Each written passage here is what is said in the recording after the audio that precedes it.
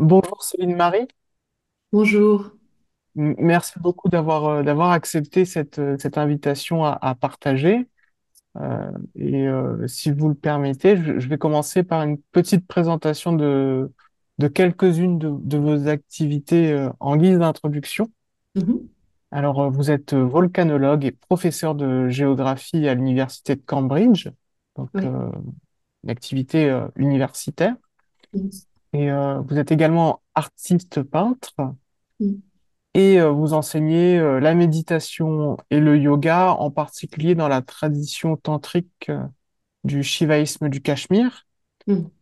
Vous accordez une attention toute particulière à la place de, de la féminité dans votre approche. Et vous êtes notamment, à cet égard, mentor en matière de menstrualité. Alors, je ne sais pas si c'est bien formulé, mais Oui, c'est voilà, ça. c'est ça. D'accord. Oui. Et donc, pour commencer cette discussion, est-ce que vous pourriez nous brosser un petit peu le portrait de votre parcours en fait dans la spiritualité, et Mhm. notamment dans l'approche non duelle, et Oui. si vous pouviez évoquer un peu vos maîtres, les traditions Mhm. qui vous ont marqué. Oui, oui, bien sûr. Euh, c'est intéressant parce que je crois qu'il y a eu. J'ai été élevée dans une famille catholique qui était très pratiquante. Donc, on allait au catéchisme, on allait à la messe, on faisait la prière tous les soirs. Et je crois qu'il y avait déjà, quand enfant, à l'église, des expériences, des sensations. Je me rappelle des moments très forts, parfois, qui n'étaient pas forcément stimulés par quelque chose en particulier pendant l'office, mais un sentiment, et à l'époque, j'étais toute petite, mais comme si cet amour allait exploser dans mon cœur. Et, et ça m'a marqué, même si après, j'ai complètement on va dire que l'enseignement catholique, au moment où mon corps est devenu femme, euh, n'a plus du tout eu de résonance avec les expériences que j'avais. Et donc, ça a été important pour moi de couper complètement avec tout cet enseignement à ce moment-là. C'était la crise d'adolescence, hein. Et en fait, après, ce qui s'est passé, c'est que il y a eu des expériences pour lesquelles il n'y avait pas du tout de cadre. Quand j'ai terminé mes études, j'ai pris une année pour voyager. La première chose que j'ai fait, c'est que j'ai fait un stage de yoga qui durait une semaine en n'ayant jamais fait de yoga. Et puis, alors c'était du hatha yoga dans la tradition de Swami Janakananda, dans laquelle j'ai pratiqué pendant 10 ans, qui est une tradition extrêmement stricte, très, très autoritaire, très à cheval sur la discipline. Et, et pour moi, ça a été une révélation. J'avais jamais été consciente que je respirais, j'avais jamais été consciente des sensations. Et dans cette pratique, il y a la rigueur sur l'immobilité Mm.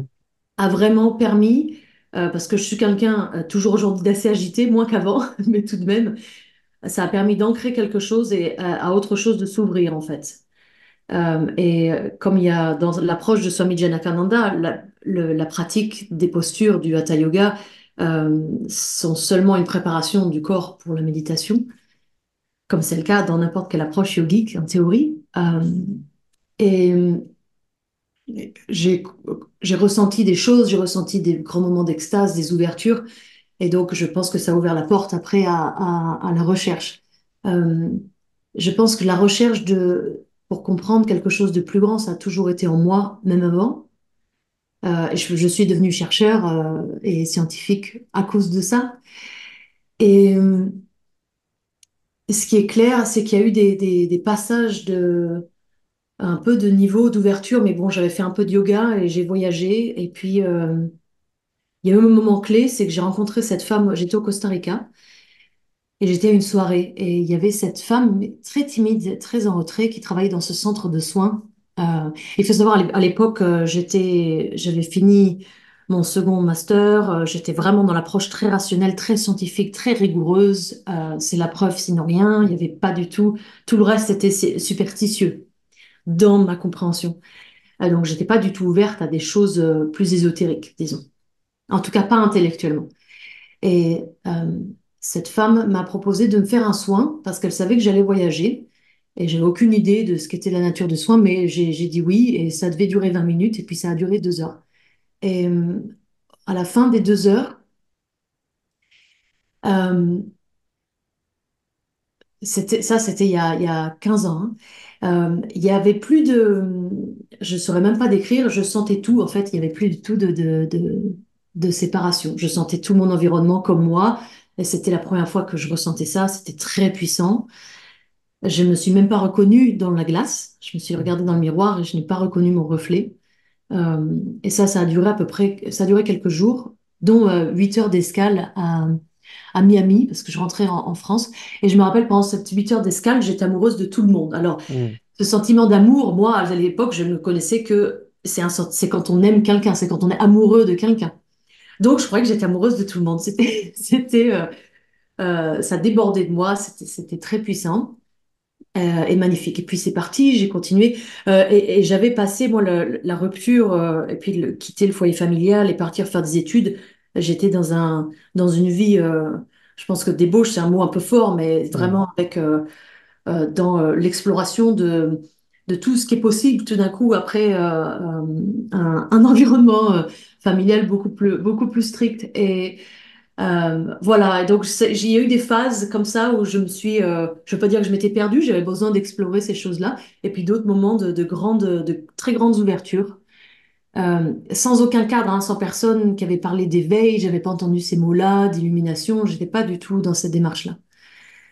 Et puis un autre moment clé, un ami très proche qui a été important, qui m'a offert le livre de Barjavel qui s'appelle La fin du tigre. Et Barjavel dit à propos de ce livre que qui a écrit plein de livres de science-fiction qui sont super, il dit si je devais ne garder qu'un seul livre de tout ce que j'ai écrit, ce serait celui-là. Et dans ce livre, il parle de l'existence de quelque chose de plus grand, sans le nommer Dieu. Mm. Et moi, ça m'a interpellée assez fort.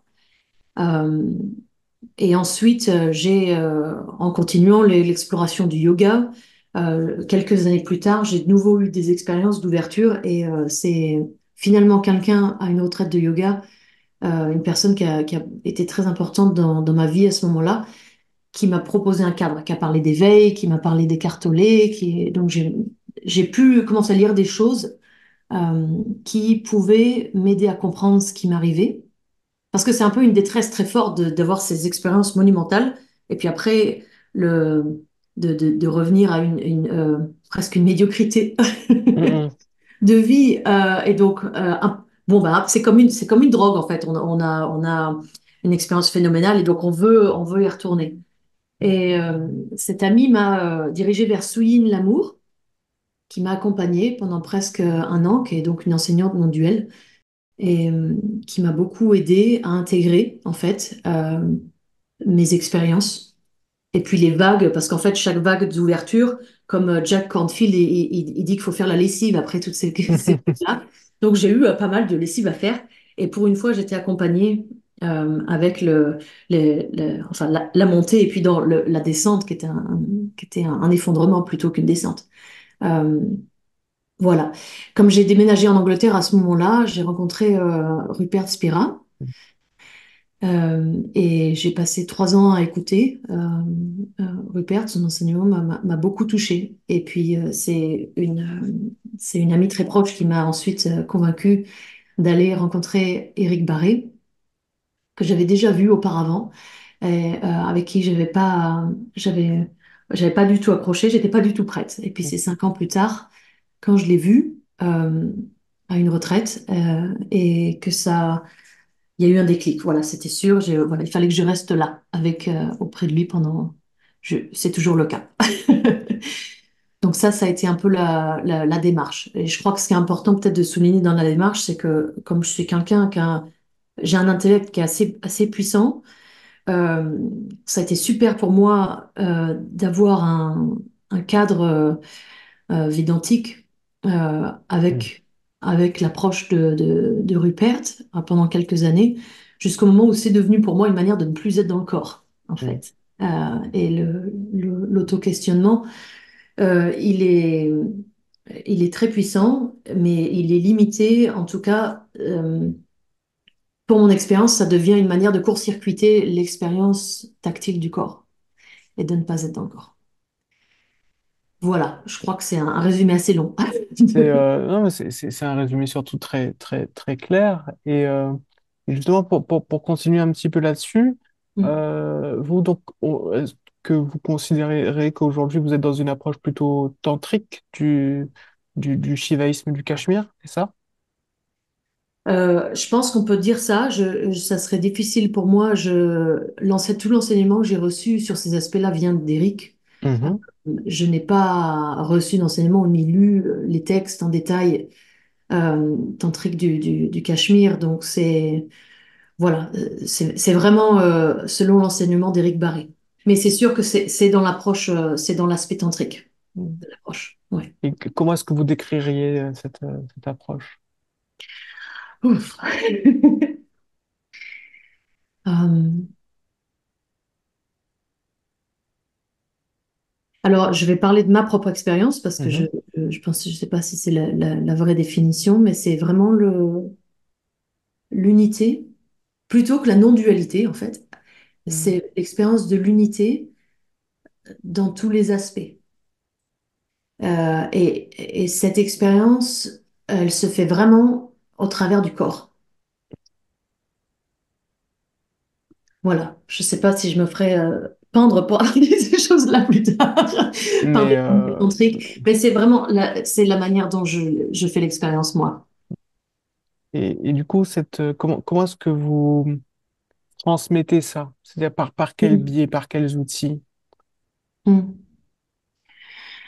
Euh, dans l'enseignement du yoga, selon cette approche-là, euh,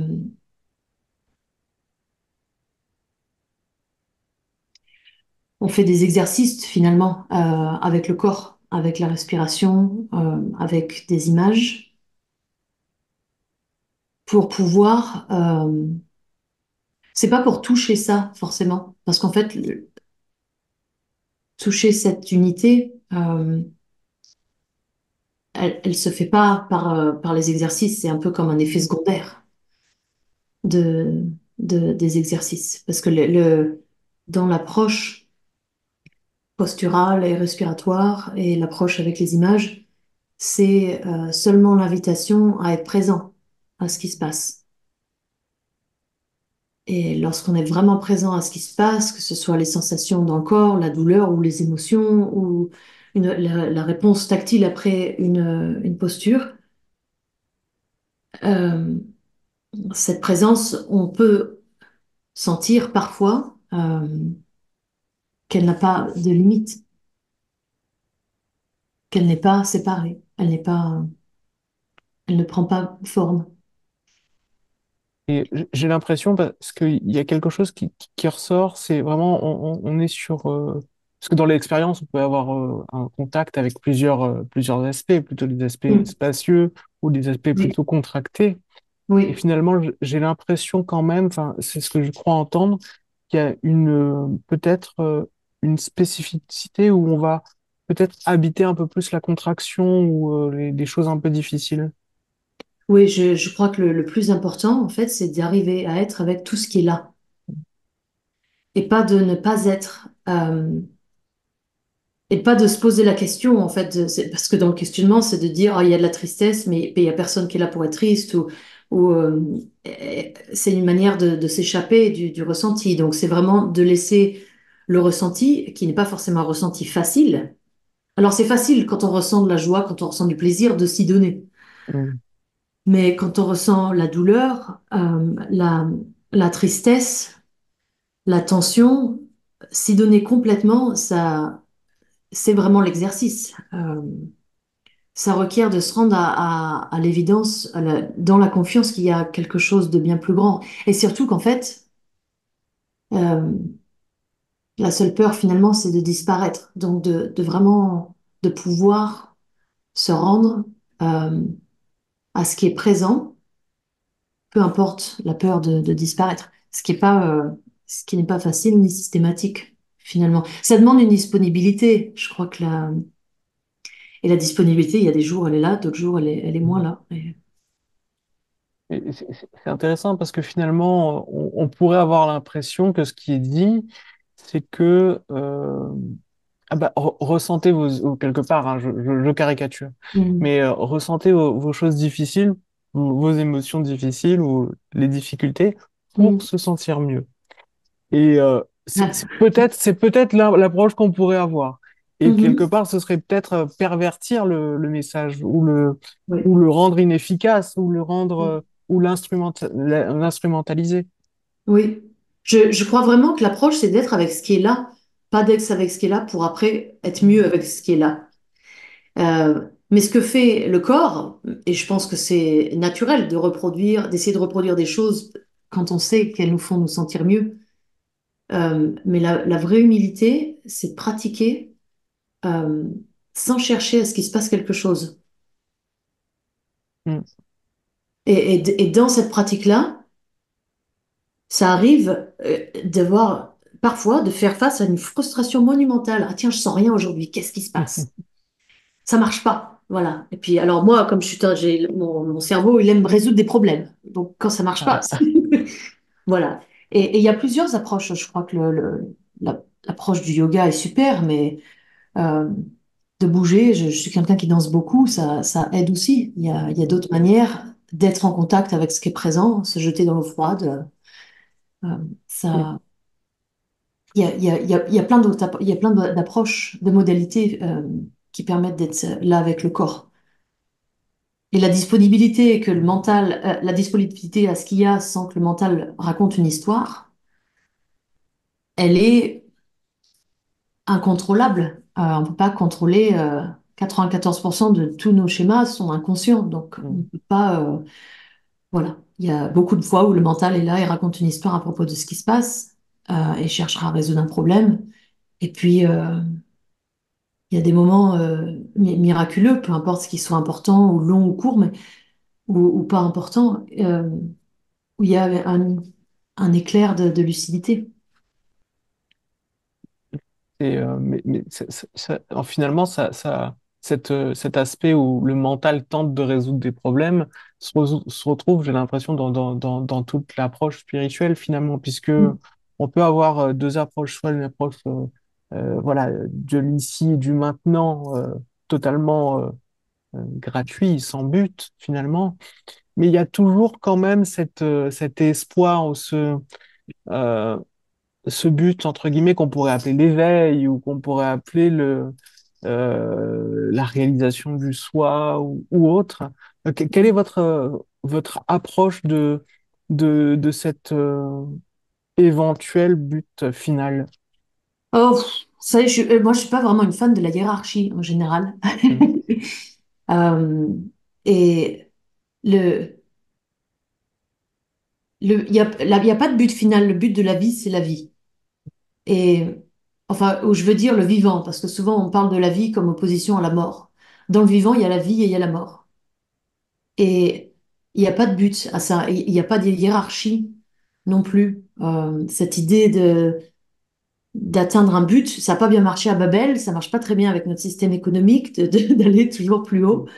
mm, Euh, c'est c'est un manque de compréhension de la réalité du vivant. Et je ne sais pas dans quelle mesure ça vient aussi un peu de...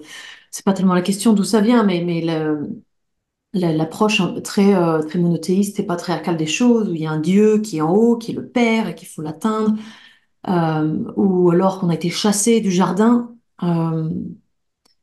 Euh, et puis dans l'enseignement plutôt oriental, il y a toutes ces phases par lesquelles il faut passer pour atteindre le samadhi. mm, Il il n'y a pas besoin de réfléchir ni de conceptualiser toutes ces choses-là. Il y a juste à, si vous regardez la nature, il n'y a rien de vivant qui n'a pas un fonctionnement cyclique.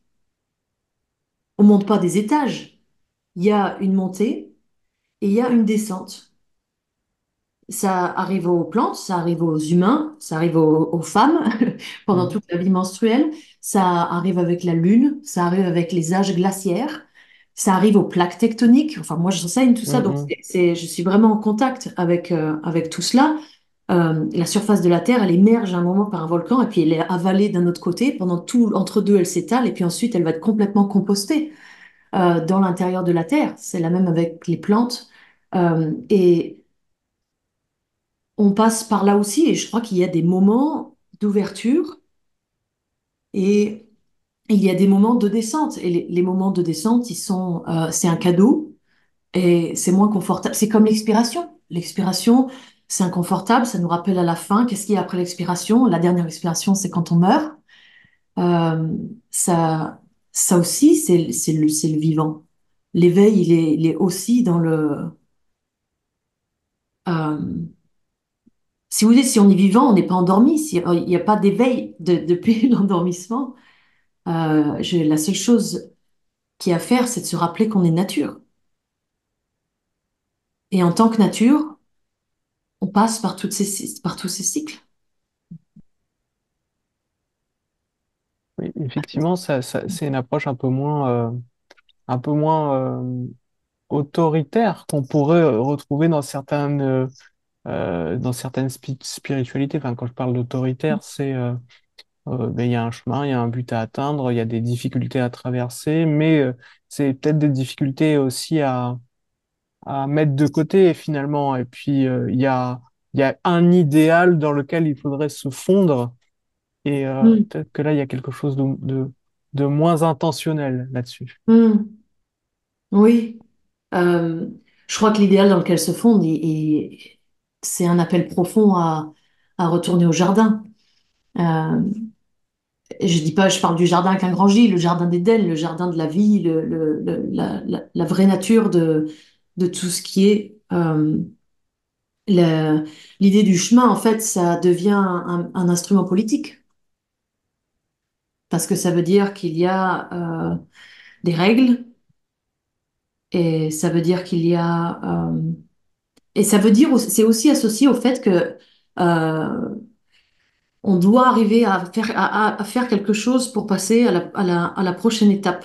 Euh, comme les jeux vidéo, un petit peu, il faut passer les niveaux, vous savez. Euh, et donc, si on échoue, alors là, il y a la culpabilité. Le grand malheur de l'espèce humaine, c'est la culpabilité. On a fait quelque chose de mal et on a été chassé du jardin. Et on passe notre vie à essayer de se reconnecter à ça en oubliant qu'on est vivant, on est le jardin. Et donc je suis toujours, bon, je pense aussi que c'est la femme en moi qui dit ça, mais Mhm.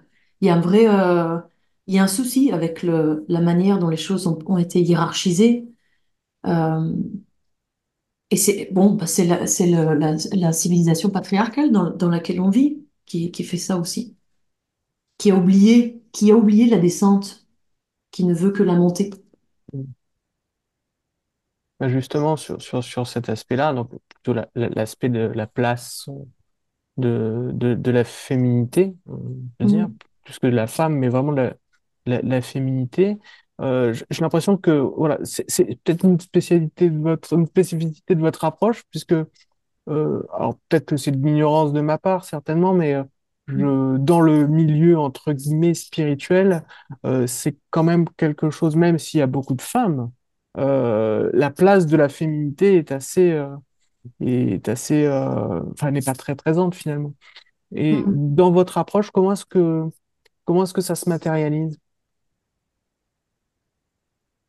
Euh, Moi, j'enseigne depuis mon expérience. Si j'ai appris quelque chose, c'est que le vrai enseignement, la vraie transmission, elle n'est que par l'expérience. Elle n'est pas par la répétition de choses que d'autres ont dites. Alors, on peut les répéter, mais en les sentant profondément, et c'est tout d'un coup comme un écho qui se produit. Et mon expérience de la transmission par l'exploration du corps, c'est moi, mon corps, il est femme. Et je suis dans la vie cyclique, donc j'expérimente au travers de cette vie cyclique. Donc, il y a la disponibilité, elle dépend vraiment des moments du cycle, en fait. La disponibilité à la présence, à ce qui est là. et biologiquement, je traverse l'expansion, l'explosion et puis la descente et un grand calme. Donc en fait, en fonction de où je suis dans mon cycle, mon enseignement, il est affecté par ce qui est vivant en moi à ce moment-là. Moi, je sais que dans l'enseignement d'Éric Barré, il est recommandé de travailler avec une séquence, en tout cas d'essayer de travailler régulièrement, de la même manière pendant un cycle lunaire. Bah ça, c'est le féminin, déjà. Euh, c'est pas, c'est la manière de travailler qui est féminine, et c'est pas forcément parce que c'est enseigné par un homme ou par une femme. C'est la manière de travailler qui éveille à la nature cyclique, mais d'être juste avec la respiration, c'est comprendre le cycle de la vie. Je pense il y a peut-être quelque chose qu'il faudrait que je précise, parce que le mot féminin est un peu compliqué en soi et il a plein de significations. L'énergie féminine, c'est l'énergie de la création. Euh, tout ce qui apparaît, c'est le résultat de cette énergie. Et de célébrer la création, c'est ça, c'est ce qu'on fait, c'est l'enseignement. Je sais pas si ça fait sens ce que je dis, ce que je dis. Ici, mais je vais peut-être vous Mm. demander une précision. Sur votre site internet. Vous dites que vous êtes mentor, enfin, vous dites, c'est ce qui est écrit en tout cas, hein. Mm. Vous êtes mentor en matière de menstrualité. Est-ce que vous pourriez Oui, peut-être préciser un petit peu oui, ce que ça évoque et ce que ça renferme? bien sûr, oui. Alors, cet enseignement qui vient de la Red School, qui est un enseignement qui pour moi est très spirituel, ce n'est pas le cas de tout le monde. Et c'est en fait un cadre qui permet aux femmes, dans la vie cyclique ou dans la vie post-ménopause, où beaucoup de femmes en fait font encore l'expérience de changement d'énergie. Beaucoup d'ailleurs sont affectées, notent une différence avec les différents cycles de la Lune. C'est une cartographie en fait des différentes phases de la vie de femmes et des différentes phases du cycle et comment est-ce que la connexion à cette cyclicité, elle permet de renouer à une intuition féminine qui informe tout. Donc au travers de ce travail, pour moi, c'est vraiment d'accompagner les femmes à se reconnecter à leur cycle. Parce que pour le coup, et là, moi, je vais dire ça, et c'est mon cycle, c'est mon maître, c'est ma maîtresse plutôt. Il y a ça informe tout quand on est connecté à l'intuition qu'il y a dans la matrice. Alors, bien sûr qu'il y a énergétiquement, les hommes ont ça aussi, mais le fait de porter en soi un temple où la création biologique peut apparaître, c'est extrêmement puissant. Et toutes les phases, pouvoir sentir les phases où la vie est possible, où la vie prend lieu pour les femmes qui ont été enceintes, où la vie meurt. Et la mort, en fait, c'est une initiation de pouvoir passer par le cycle et d'être conscient à la fin du cycle. Et je sais que s'il y a des femmes qui écoutent ça, pourront peut-être euh, raisonner avec ça, de sentir qu'il n'y a plus rien qui marche. Et bon, c'est une réponse biologique aussi des hormones qui sont à des niveaux très bas, qui peuvent déclencher du coup des réactions psychologiques très puissante et très dépressive. Il faut vraiment se rendre, en fait, l'approche spirituelle de ce que mon cycle m'a enseigné, c'est qu'en fait, je peux, moi, tous les mois, j'ai ce cadeau de pouvoir me rendre complètement à sentir qu'il n'y a plus rien qui fonctionne, ni dans ma tête, que mon corps, il n'y a plus d'énergie, et de complètement me rendre à ça. Et dans cette approche, la période des règles, hein, tout début du cycle, ça devient vraiment le retour au temple. Quand il y a la place pour faire le calme, il y a la place pour faire l'expérience du calme intérieur. C'est là, il y a du samadhi. Là. Et donc l'approche que je fais, moi, c'est vraiment d'accompagner les femmes à découvrir ce que leur cycle leur enseigne. Parce que pour le coup, c'est différent pour chaque femme. C'est très important de ne pas projeter l'expérience sur les autres, comme c'est le cas avec n'importe quel enseignement Mhm. spirituel. Et, et donc, évidemment, mon enseignement est teinté de cette expérience que je fais moi. Et puis, il y a un aspect là qui transparaît, c'est que ce caractère cyclique, finalement, ça permet, j'ai l'impression en tout cas, que ça permet de ritualiser quelque chose et d'avoir une certaine prévisibilité dans le, euh, dans l'expression de la vie ou de la mort, finalement. Il y a quelque chose auquel on peut s'attendre, j'ai l'impression. Mm. Oui, et je crois que ce que vous dites, le mot rituel, c'est vraiment important ici. On vit dans une culture où il n'y a plus de rituels, ou très peu. Ou alors les rituels, ils ne sont que pour célébrer des choses assez médiocres finalement. Euh, Pardon, parce que je ne parle pas du mariage, etc. Je parle Euh, un rituel, c'est quelque chose qui accompagne une phase initiatique.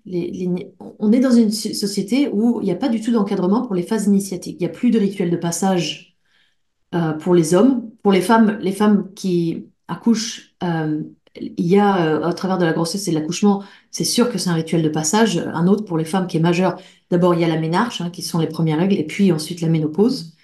Il faut un rituel initiatique, ou plutôt la célébration des phases d'initiation de la vie, c'est l'entraînement à faire face à la mort biologique, à la fin de la vie biologique, incarnée. Euh, et on ne fait plus du tout ça dans notre société. Donc on est vraiment très mal à l'aise avec les moments où on n'est plus sûr de rien, où il n'y a plus rien qui marche. Regardez ce qui est passé avec le Covid, c'était un très bon exemple de ça. Euh, et, et pour le coup, moi, le cycle prépare encore et encore. Tous les 28 jours, vous pouvez demander à mon compagnon, c'est pas l'enfer, mais c'est, bon, bah voilà, et il faut, en fait, tout devient, tout s'écroule, et là, dans l'écroulement, quand on peut plus rien faire, il y a vraiment quelque chose qui s'ouvre. C'est marrant parce que là, il y a quelque chose je crois que c'est c'est quelque chose qui est évoqué Écartelé dans un de ses ouvrages sur justement les cycles, le fait que le cycle menstruel pourrait être une approche du corps de souffrance quelque part Mm. qui permettrait aux femmes d'avoir des expériences spirituelles peut-être plus naturelles que pour les hommes. Mm. Je ne sais Ah, plus si c'est je crois que c'est dans son premier ouais. livre, Le pouvoir du moment C'est présent. c'est intéressant, oui. Je pense que c'est très intéressant. Et je crois que il y a beaucoup de femmes qui souffrent hein, pendant leur cycle. Je vais dire, c'est toujours une invitation. En fait, la souffrance, c'est toujours une invitation à regarder ce qui est là. Et c'est pas, on est disponible à cette invitation ou pas. Et faut surtout pas forcer d'ailleurs. Je crois que c'est ça qui est important.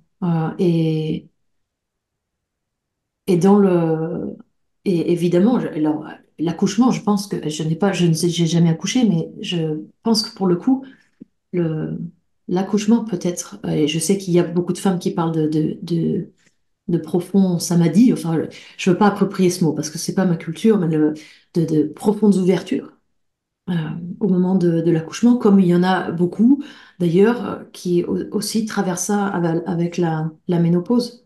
D'ailleurs, la ménopause, la vie après la ménopause, c'est l'ère de la sagesse chez la femme. La ménopause permet à quelque chose de s'installer. Et pour beaucoup de femmes, c'est pas du tout une expérience agréable du tout, ces années de transition au début. Et si je voudrais juste ajouter, si je peux à ce moment-là, ce qui est fascinant, c'est que vous regardez encore le vivant, il y a très peu d'espèces chez lesquelles les femmes, une fois qu'elles ont terminé leur vie reproductive, les individus femelles continuent à vivre. Mm. Je crois qu'il y en a probablement cinq. Il y a les orques, il y a les éléphants, il y a les corbeaux, et je me rappelle plus des autres. Mais ce qui est observé, c'est que chez ces animaux qui vivent en meute, une fois que les individus femelles ont fini leur vie reproductive, ce sont elles qui guident la meute parce qu'elles savent. Pas parce que les hommes ne savent pas, mais du coup, nous, dans notre société, c'est quelque chose qui n'est pas du tout intégré. Là, on a beaucoup abordé la question du vivant, du biologique, voilà, de l'incorporation, etc.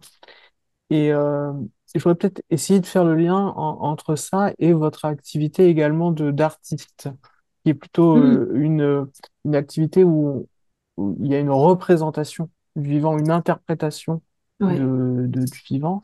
ouais. Quel lien faites-vous, si vous en faites un, entre cette activité artistique et votre sensibilité, on va dire, spirituelle? Hmm, hmm. C'est une bonne question. C'est pas une facile. Hmm.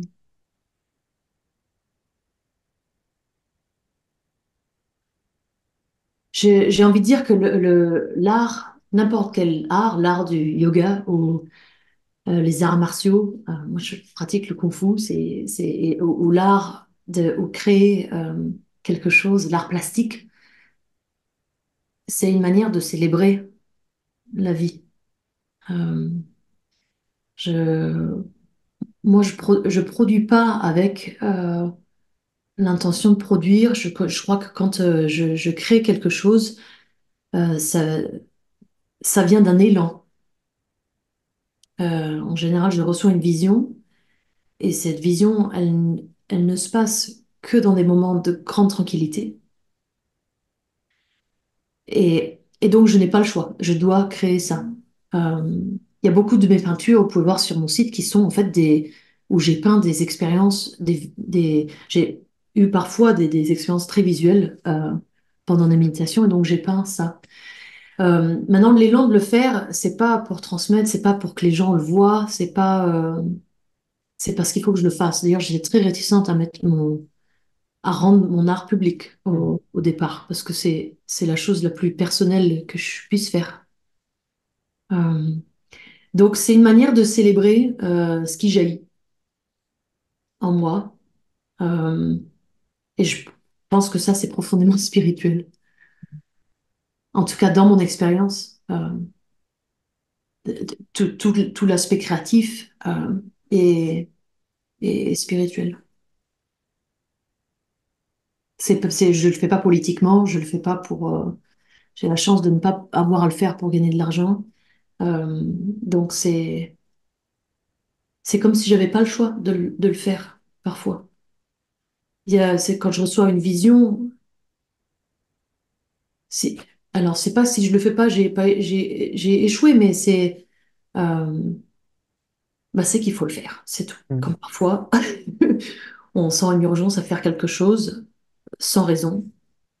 Voilà, moi peindre, ça a été la première activité que j'ai faite. J'ai commencé quand j'avais 4 ans et faire les choses sans raison, ça a été évident pour moi.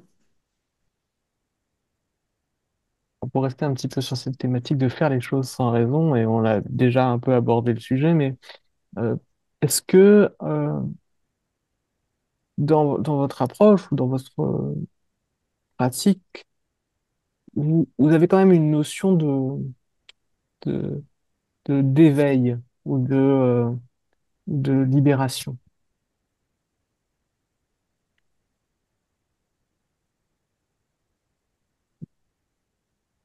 Pas de manière verbalisée. De mettre des mots, c'est déjà le projeter en dehors. C'est comme si c'était là. Mm. Je crois qu'il n'y a pas d'expérience plus forte que d'être présent au, avec les sensations, avec tous les sens possibles, à tout ce qui est autour. Ça, Alors, c'est... Ça, c'est être libre. J'ai justement une question là, sur ce point-là. Mm. C'est être présent donc aux sensations, aux perceptions et autres, et être conscient finalement de ce qui est sans mettre de séparation peut-être artificielle. Mais comment, alors c'est une question très pratique et on pourrait se poser, euh, comment faire pour ne pas être prisonnier finalement de certaines illusions, de certaines perceptions. Comment, euh, voilà, comment sortir parfois de certaines, euh, j'allais dire, pas, oui, de croyances ou d'obsessions, d'être perdu dans ces sensations. Parce que parfois, d'avoir un rapport, d'être trop près du trou noir, on pourrait avoir l'impression d'être aspiré. Est-ce qu'il y a quelque chose à faire? C'est ma question. Mm. Je crois la vie, c'est un courant et c'est comme une rivière. On a pas, et on est comme un morceau de bois sur ce courant. Le morceau de bois, il se cogne contre des rochers. Parfois, il y aura des grandes cascades et on va plonger, revenir à la surface et suivre encore le courant. Je crois pas qu'il y ait un choix de devenir obsessionnel avec quelque chose, de s'enfoncer dans une croyance. Toutes les choses par lesquelles on passe, ça fait partie du chemin. Je vais pas dire que c'est nécessaire, parce que ça veut dire qu'il y a un but, mais euh, on choisit pas, parce que si vous vous rendez compte de la responsabilité, si jamais on choisissait, ça veut dire que si on se trompe, on mérite pas. Ça serait, c'est le grand fantasme finalement de l'humain, de penser qu'on peut choisir. Il faut se perdre dans la croyance, il faut être à fond. Ah ben moi, je suis un peu comme ça, mais quand il y a quelque chose qui m'attire et tout d'un coup, euh, là, j'ai l'impression qu'il y a quelque chose, que ça va me donner quelque chose, alors je plonge entièrement dedans. Et puis, ben, des fois, je me rends compte qu'il n'y a rien, des fois, je me prends une grande claque. Euh, et à chaque fois, c'est un enseignement. Et le plus important, c'est d'intégrer tout ce qui se passe, parce qu'on n'intègre pas, on veut des expériences et on prend jamais le temps d'intégrer. Qu'est-ce qui s'est passé là? Intégrer, ça veut dire sentir on entend, après avoir senti quelque chose très très fort, de sentir comment ça se développe. Et voilà, c'est comme quand vous recevez un massage, après le massage, on prend le temps de sentir le corps. Si après le massage, vous partez courir, le massage, il a servi à rien. Parce que l'important, c'est de sentir ce qui se passe après, peu importe ce qu'on ait fait. Euh, après s'être enivré, après avoir pris des drogues, après, voilà, et je crois que là, je suis désolée de revenir au vivant. Non, je suis pas désolée. Mais vous savez, les gens qui travaillent avec les plantes médicinales, le plus important, c'est le travail après. Quand on connecte avec l'ayahuasca, quand on connecte avec les champignons, avec le peyoté, c'est comment on intègre ce qui s'est passé là. D'ailleurs, en général, l'expérience, enfin pas en général, c'est, elle est ou très agréable, ou très désagréable, ou les deux. Euh, donc, comment est-ce qu'on intègre? Et ça, c'est le courant de la vie. Et pour pouvoir, il faut vraiment se reposer sur le fait qu'en tout cas pour moi, et je crois que c'est plus facile parce que ça a été peut-être inné chez moi beaucoup depuis très jeune, c'est de savoir qu'on est porté par un courant bien plus grand que notre petit courant. On est un tout petit ruisseau d'une grande rivière. Et la grande rivière, c'est elle qui dirige finalement. Un petit peu comme si le petit ruisseau cherchait à se dire, ah, il faudrait que j'ai confiance dans le grand courant, quoi. Et, ouais. C'est ça. Ouais. Vous avez évoqué des massages et j'ai cru voir sur votre site que vous faisiez des soins ou de la pratique du toucher Mm. pour peut-être dénouer certaines choses. Est-ce que vous pourriez en parler un peu? Euh, oui, je propose des soins. Pendant une de mes très grandes, pendant une de mes expériences d'ouverture, celle où j'étais dans un état d'extase pendant plusieurs semaines, euh, j'ai compris, enfin, j'ai pas compris à ce moment-là, mais quand je mettais mes mains sur les gens, je ressentais beaucoup de choses. Et ça a été l'appel pour moi de, de travailler avec ça. Et Souline Lamour, qui était ma première enseignante, m'a formée à ça. J'ai fait une formation aussi pour comprendre dans le cadre du Reiki ce que ça veut dire, mais euh, le, de mettre les mains, que quand on est vraiment présent, il n'y a pas besoin que ce soit quelqu'un d'autre d'ailleurs, juste d'être là et de sentir. Euh, c'est là qu'il peut y avoir des guérisons de maux physiques, mais surtout c'est une question de ramener ce qu'on appelle en physique, ça s'appelle la cohérence. La cohérence à l'échelle quantique, c'est ce qui permet aux choses d'émerger d'une manière que ça suit des lois mathématiques qui créent le vivant. Donc en fait, si vous regardez dans la nature se crée de manière cohérente. Euh, toutes les végétations grandit en suivant une spirale. Et ça suit en mathématiques la suite de Fibonacci. Mm. Voilà.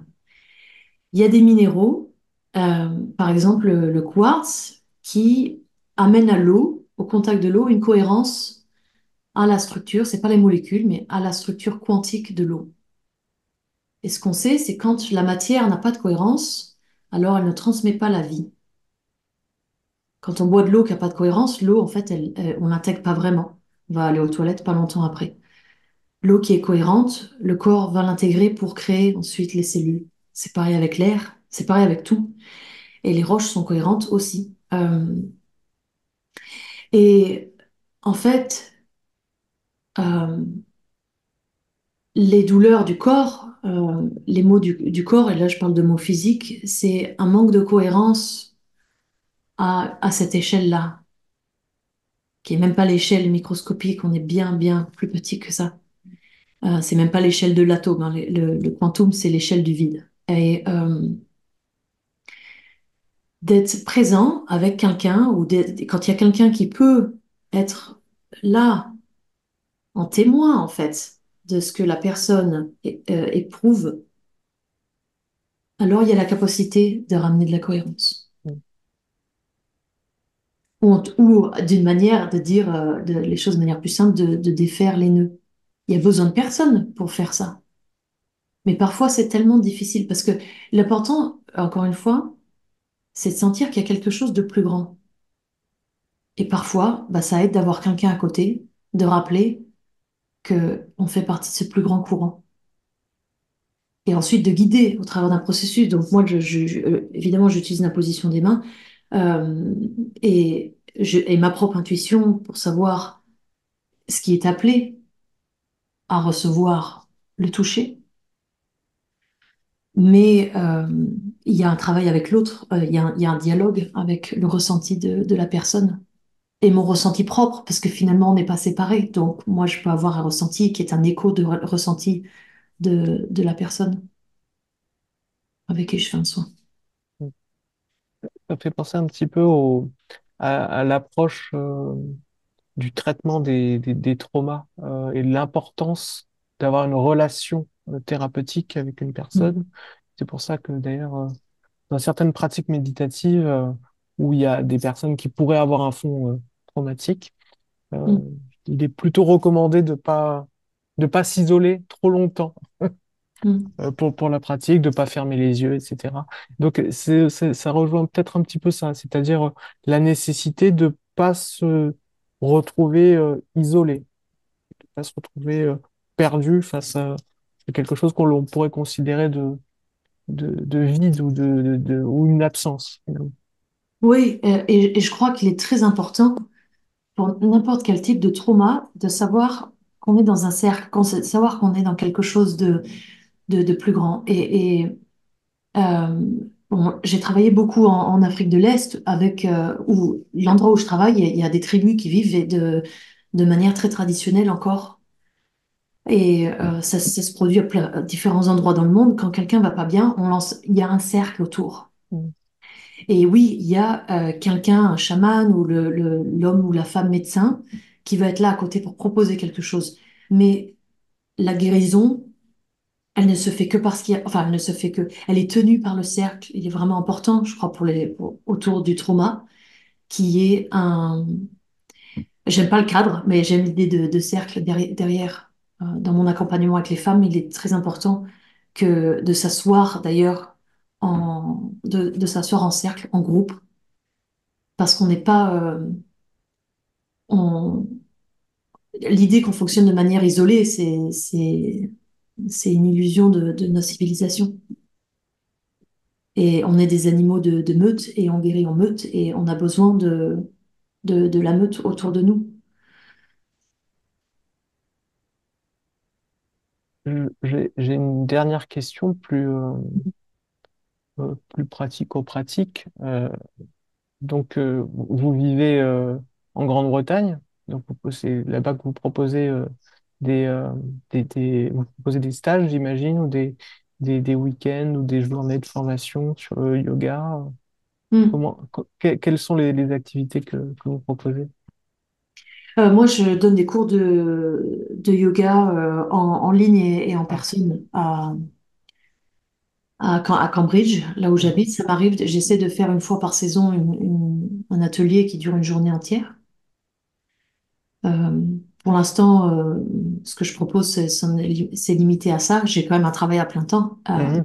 Et voilà, j'espère dans les années à venir, peut-être mois à venir ou l'année qui vient, pouvoir proposer une retraite, euh, de passer quelques jours. Mais oui, sinon je travaille avec des groupes pour le yoga et je propose des cercles de femmes aussi. Et j'imagine c'est en anglais, du coup. Oui, Mhm. c'est tout en anglais. La plupart des gens D'accord, qui viennent à mes cours sont anglais. Voilà, quand je fais des cours en ligne, il y a des gens d'ailleurs.